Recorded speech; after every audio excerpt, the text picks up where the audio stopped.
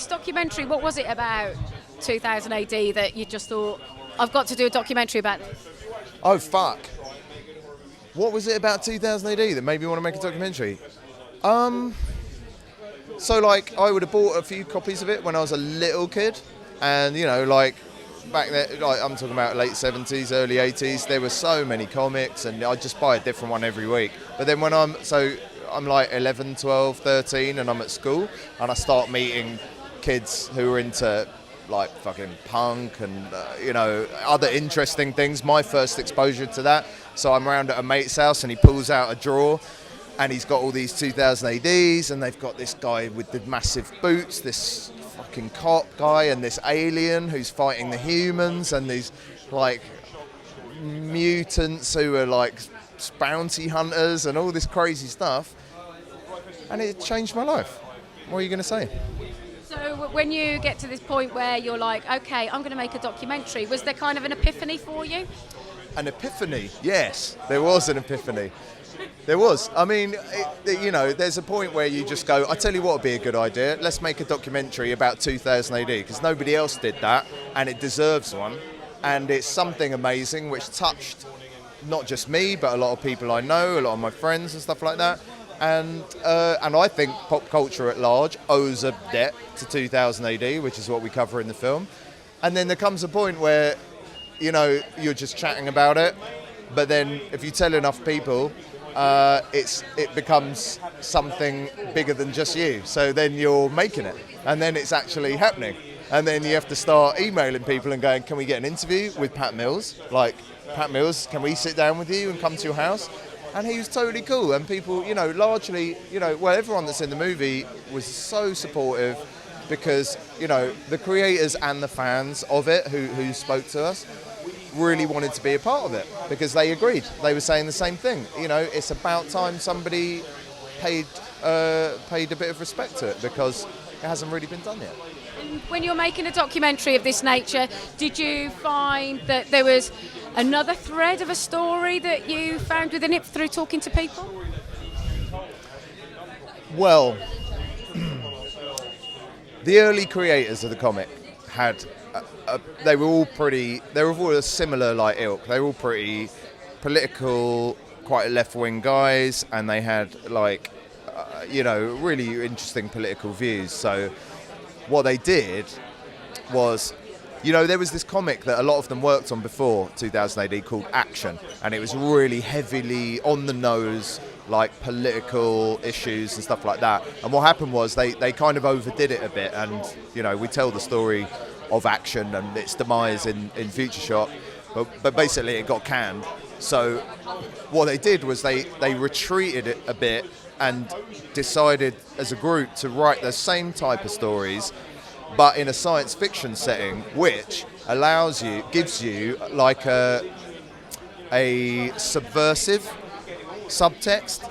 So all the stories are kind of like, on the surface, they're these sort of fun adventure stories, but underneath there's a really serious political kind of message. And I think as a kid, you read it as an adventure story, but then you can't help carry that political message with you into adulthood, and that's like the impact that it had, certainly on me anyway. How did this project first come to your attention? Well, I'd heard rumours that someone was planning a big documentary on 2000 AD, and I figured, as I was involved quite early on, it might get around to me, or may not, you can never tell, you know. But Pat Mills, who created 2000 AD, told me the guys were really interesting, they're asking interesting stories. And the first thing we both asked was, will it be the whole story? A kind of warts and all, you know, because that's very important, not just a kind of glib, it's a wonderful kind of history. Because there's lots of misery along the way on 2000 AD, and a lot of laughter as well. We had a huge amount of fun, but it was a very long time ago. It was the mid-70s. Things were heavily censored. British comics were on the decline. The whole business was dying. And Pat Mills was instrumental in reviving things. And 2000 AD was kind of creating the atmosphere of movies like Dirty Harry and Jaws, and there was this kind of resurgence of stuff, a lot of violent stuff, and plus British culture was kind of falling apart slightly. Socially Britain was slightly falling apart. A lot of strikes, garbage in the streets. It was punk was on the rise when we started 2000 AD, and I was producing fanzines at the time as well, and I interviewed someone who'd worked on Star Wars, which hadn't come out, and that was kind of bubbling under. So there was a lot going on, which kind of fused into what 2000 AD became, which was quite different to how it started, which was simply a kind of horror comic set in the future. But because of a censorship, it had to be toned down and become much more satirical, which is where Judge Dredd became much more expressive and played off things that were in the headlines at the time about policing. And so that was a lot of fun, but the management hated it. They always hated 2000 AD, but because it made money, they grudgingly let us go along with it, and keep producing his stuff. But it was heavily censored, and it did drive us all nuts. Do you think we're in this age that we've got more freedom of speech, but I wonder actually, we're not as heavily censored, but are we still censored to a certain degree? Well, up until quite recently, I was still censored to quite a degree, because I always tend to go too far and then a little bit further, just to test the limits, because I hate censorship, and I hate. And I've worked for American comics, where they used to have a comics code, which is the most ludicrous thing. You couldn't show this, you couldn't do werewolves, you couldn't mention vampires, and blah blah blah. British comics was more subtle. They'd let you go so far, and they wouldn't mind if it was making money. But if W.H. Smith's or Menzies or one of the outlets complained, even one or two parents, then they'd clamp down very, very heavily. But what we liked about the old days was the kind of playfulness of it. We'd sneak stuff in, like in Judge Dredd, the language, drocking. He says drocking a lot. Well, it's obvious what drocking means. We were asked about it. We were told, no, it's just a made-up futuristic word. It's not what you're thinking. And it's run ever since. And we'd laugh our heads off. But nowadays, because you can do slightly more, we can do a lot more, it's possibly less fun, because you don't get to tweak the nose of the publisher as much as you used to. And in fact, they slightly trade off nudity and violence in a way that we couldn't. Do you think that censorship has enabled you really to use your imagination more? Because you couldn't do it, you would have to find other outlets to be able to express that creativity. Yeah, well, funny, I was talking to Alan Moore and I were talking about this recently, and we both kind of agreed. It was slightly more fun in the old days when you did, as you say, you had to be more ingenious and use some subterfuge to get stuff past the censorious kind of board who ran comics in those days. That made it very enjoyable, and they knew we were doing it. And they'd sometimes censor stuff that didn't need censoring, just for the sake of change. They'd say, we know there's something in this issue, we can't find it, so we'll change that. It was fairly outrageous, but like I say, it was a huge amount of fun until it got silly, and some of us were in danger of losing our jobs as well when it got too far.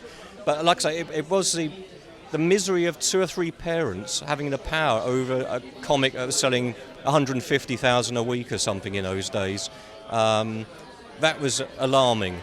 And before, you're too young to remember, but before the video age, in the kind of quiet summer season, newspapers would run out of stories, and they'd always pick on comics. Before Video Nazis, it was comics. Oh God, look what they're doing in your kids' comics. So every summer, more or less, we had some aggravation from the newspaper. The Guardian were particularly aggressive, and The Sun. Producer of this documentary, how did you get involved? Basically, I've known the director Paul for like 20 plus years. We've been friends for a long time, and I'm not normally a producer by trade, but we were just in the pub one day, and we'd always spoke about like working together on something, and he was kind of like, you know what I'd really love to do, and I can't believe it hasn't been done, is a documentary on 2000 AD, and I was just kind of like, my God, yes, I will help you do this. This is a great idea. We need to do this. We need to make this happen. So, and that was kind of how it started. It just started over a few beers in a pub, which is how I find a lot of films actually start. And how long has this documentary taken to make? Oh God, it has been about 2 years, because we all had other stuff that we were working on. and it was an indie documentary, and like indie stuff, you're always taking other jobs and you're never sure where the money's coming from and all this kind of thing. And in the course of this documentary, people had children and people died and people had surgery, and it took a long time. And we had hours and hours of footage, and it just it felt like a long road that we were never going to get to the end of, but like thankfully we did finally. And what have you sort of taken away with you from being a part of this? Is there a particularly special message that you've got?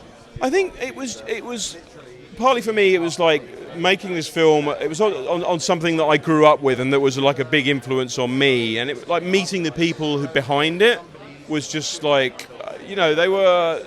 It was just fascinating to listen to them and to hear what they were trying to do and what they went through, trying to make this comic that was so influential on me. It was just, I think that was a big reason being, behind us doing it, was that myself and Paul, it was just a hugely important comic for us. So actually meeting the people behind it, it was just like a fascinating experience, really.